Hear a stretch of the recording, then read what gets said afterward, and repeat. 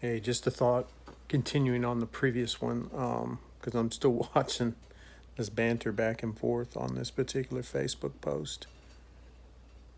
And all I can reiterate is that it is amazing how we as people can literally launch attacks verbally to people we don't even know. I was thinking about what politics is. And politics is a catalyst for the ego. I mean, it's the spark and it's its flame. And it basically burns down whatever it comes in contact with. Religion does the same thing because all of these push us back to our ego again to make sure that everyone knows that we're right and that we're correct about what we're thinking and what we're talking about because we got information and we got knowledge. But knowledge isn't wisdom, knowledge is information. And information can be biased, it can be tainted. Uh, Sources can be compromised, agendas can be put in place to give you information. And this is in every scope of society. It's in religion, and it doesn't matter what religion, it doesn't matter Christianity, Islam, Buddha, it doesn't matter because it all can be tainted. Education. History is the biggest example of just manipulation of information for the purpose of making one side look bad and the other side look good.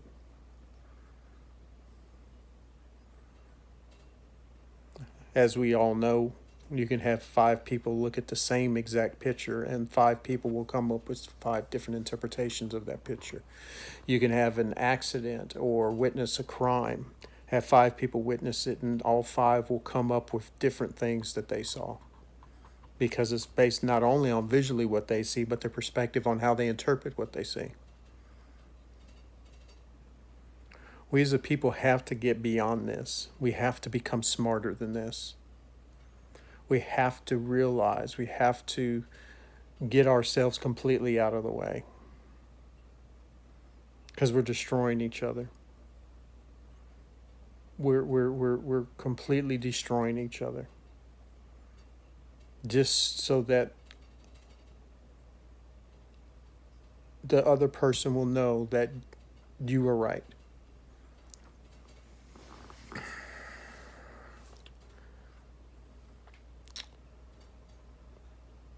It's heartbreaking. How many families have broken up because you were right or they were right? How many divorces have happened because I'm right, you're wrong?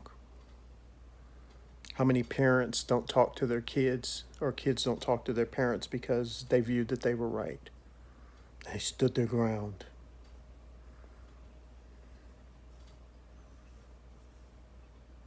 Our families and our closest ones are just a microcosm of what happens in society.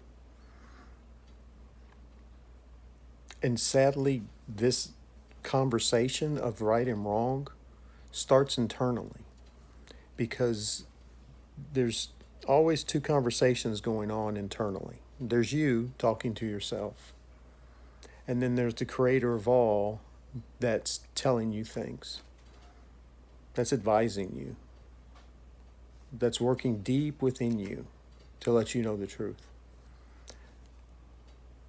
But your ego will go, no, I'm right. This is the way it should be. No, it worked the last time.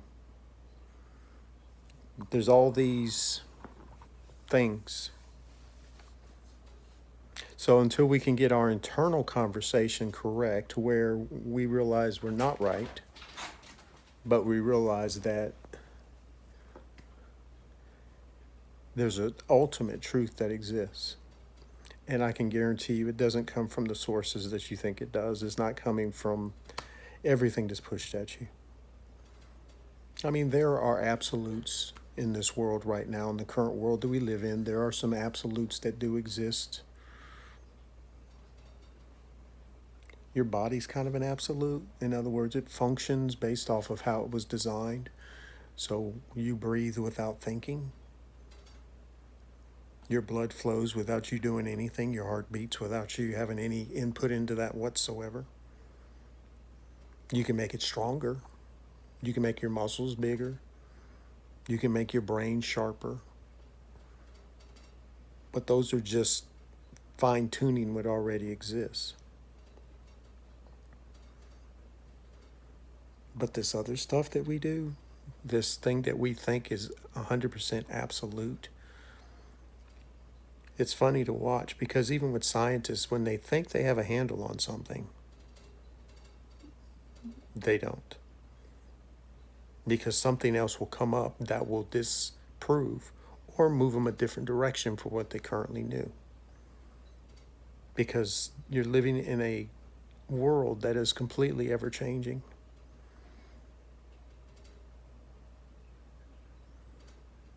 But anyway, guys, we got to love one another. And it's hard. But as have said repeatedly, we got to start with ourselves. If you don't like you, you ain't gonna like nobody. If you don't love you and all that you are, all your failures, all your successes, the way that you look, the way that you fit in your pants, the way that your hair looks, the way that your eyes do whatever they do, the way that your mustache or beard grows in, the way that your shoes fit, whatever it is, when you come to terms to accept who you are, whether you're super intelligent or you're mediocrely intelligent based off of society, whether you have common sense or you don't, whether you got a southern accent or you don't have one, whatever your hang-ups are about yourself that you've put a value on that make you seem less than. When you come to terms and understand that you're never ever less than, there's no such thing. That is a imaginary thing that's been put out there to put people in categories. There's not a human being on this planet that's less than. You may want to think they are based off of their actions, based off of their words, based on how they look, based on their job, based on where they live, based on how they were brought up. You may want to assume that they're less than, but they're not. They're on a journey just like you are. And this is where the humility comes in, of knowing how amazing we are as a created being, how fantastical we are, how amazing the body is that you live in, this self-repairing mechanism that gets you from point A to point B, that allows you to feel the touch of another human being, that allows you to smell the air after it rains, that allows you to see the multicolors that exist, to allow you to taste the things that are good for nourishment instead of it just being bland and you have no taste. Therefore, it would just become a mechanism for you to keep alive. We're amazing. We're never less than. So please don't look at another human being as less than. I don't care what they've done. That is once again, a snapshot of who they are, because you, regardless of their fruits, still don't know deeply what's in their heart. You don't know the journey that they've walked. We don't know the route that they've taken. We haven't walked in their shoes, and we don't want to. I mentioned that in a previous video. Last thing you ever want to do. So if there's things in people you don't like, the first thing you do, you know the old adage, you know this one here, you know, the one finger, and then there's all these other ones that are headed this direction. That's what we need to do. So when we want to be accusatory, judgmental, cruel, belligerent, mean, point out critical or being critical, when we want to walk down that road, before we even open our mouths, stop and look within yourself to see if it's there in you first. And probably 99 times out of 100, you're going to keep your mouth shut. If you're honest with yourself. A lot of us lie to ourselves. Well, I don't do that. Yeah, you do. You may do a slight variation of it, but you do. Because we all have to work through these things that we see in other people that are truly in ourselves. But God, when you can do that, you're free. People can make comments. They can say things that normally would trigger you and make you want to lash out at them and call them stupid or say, you don't know what you're talking about and blah, blah, blah, blah, blah. But instead you just, I never saw it that way. I'll have to think about that. Thank you for telling me. So how's your family? How are you doing? Is everything going okay with you? Do you see that? You can walk down a negative road all you want. And the only thing that's ever down a negative road is darkness. And sometimes the darkness becomes so thick that it envelops you and you can't escape. You don't even see light anymore.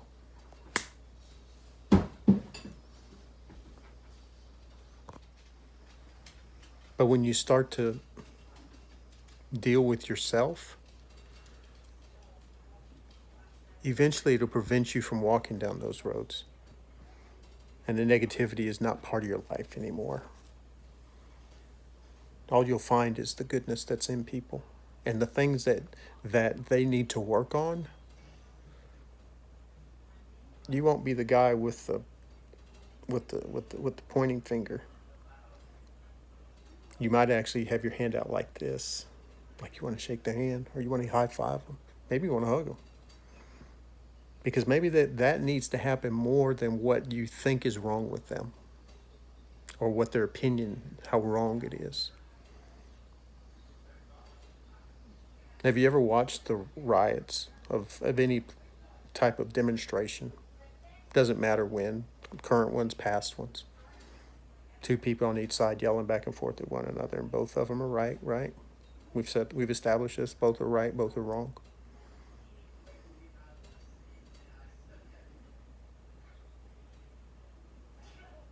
But probably, if you could rewind back to when these people, adults, are going back and forth at one another, if you could rewind them back to when they were children, preschool, kindergarten, depending on what inputs they had in their life, if they had a good childhood, bad childhood, whatever it was, to see how they were as children, how they interacted with other children. And then as they grew, what affected them to make them start to seem in a certain thought process.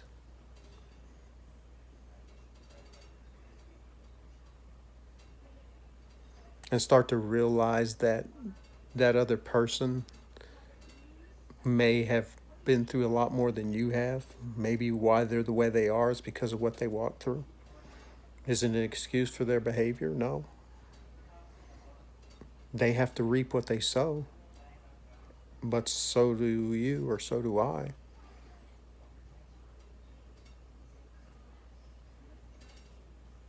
I'm tired of the karmatic effect. That's what I call it. Reaping and sowing. Sowing and reaping. Sounds like that magician dude. Whatever it is. It's very similar. But I call it a karmatic effect because that's what it is. Our thoughts, our actions, our deeds, our words will reap a consequence, good or bad. Even if it's in a conversation with someone. If you've made a judgment on someone, I can guarantee you the judgments that you've passed upon them will come back to you in some way, shape, or form. If you judge someone because whatever, they their house is filthy dirty and they don't take care of their kids. You make this judgment call. At some point in your life, because you made that judgment call, which means you want to experience what they are going through, it's going to happen to you so that you can learn and empathize and understand the plight of the person that you just judged. Did you hear what I said?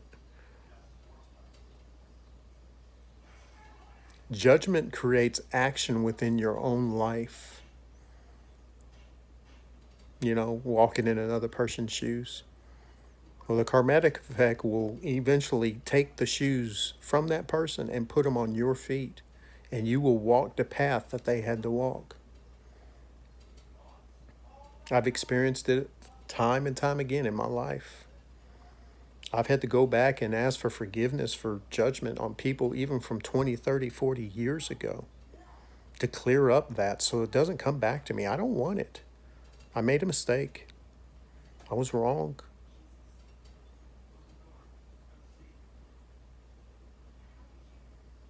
So be careful what comes out your mouth. Be careful what thoughts you allow to become part of your energy that you send out to people. Because at some point it's going to revisit you, and it may be a lot worse because you don't know. See, like people who judge, like my wife has walked through this, where people judged her and her illnesses that she's had. Well, you're not sick. You're not as sick as you say that you are. Those headaches aren't as bad as you say that they are. Now, my wife has very, very, very strong pain tolerance. Very strong. Very, very high. The average person, a 10 migraine for her would be probably a 15 for the average person.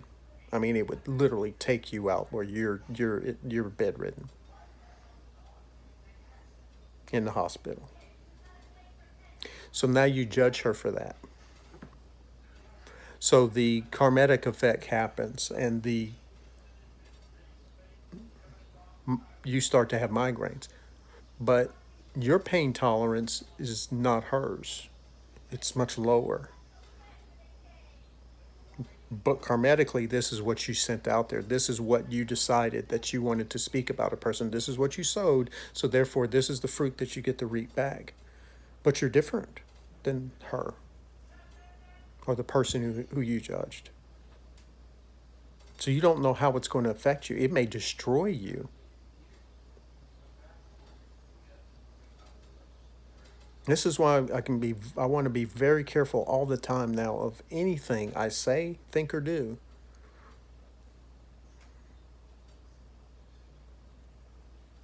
That can come back at me. You know, think of your words as just a boomerang. That's the best way to look at anything that comes out of your mouth. Just a boomerang. Whatever you send out will come back.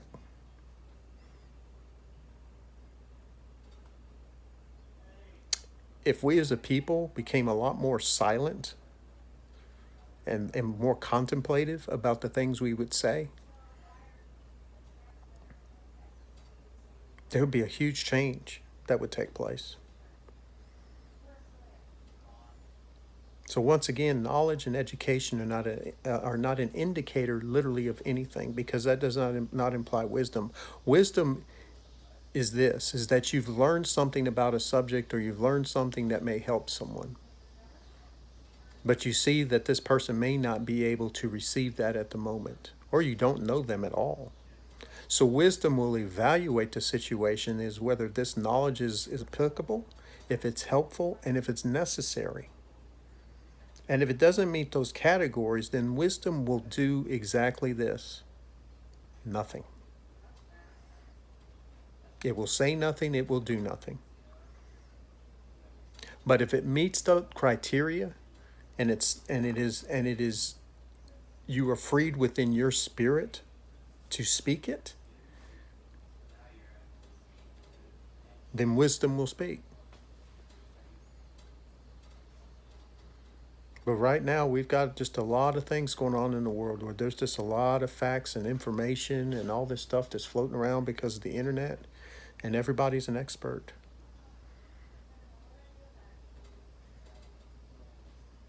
But the wisdom of the ages is not being applied in a lot of situations, and it's causing harm. So, as Jesus said, love one another, love your neighbor, love yourself. That's literally the most important thing, period. Loving yourself, loving your neighbor. And when you love yourself and you're loving your neighbor, you are automatically loving the creator of you, the creator of all. Because he sees you, he knows you, he's in every part of you. Can't escape. And I'm so thankful because I don't want to escape. I've tried to, doesn't work. It's like trying to run from yourself in a room. Wherever you go, you're there. And that's how the Father is. So, anyway, I love all my friends and family, strangers.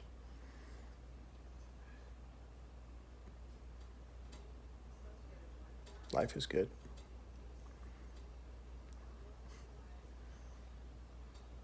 Grab a hold of the life that's within you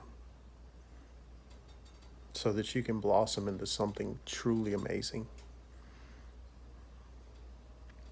Let the world do what it's going to do.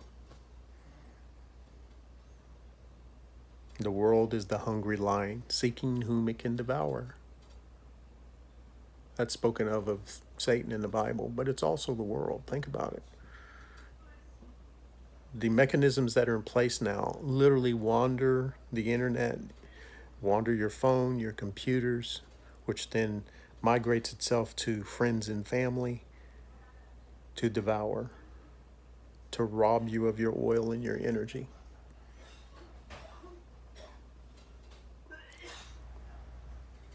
So that just means that we got to start paying attention to us so that we can help all those around us. So anyway, I hope your day is amazing. It was just a thought.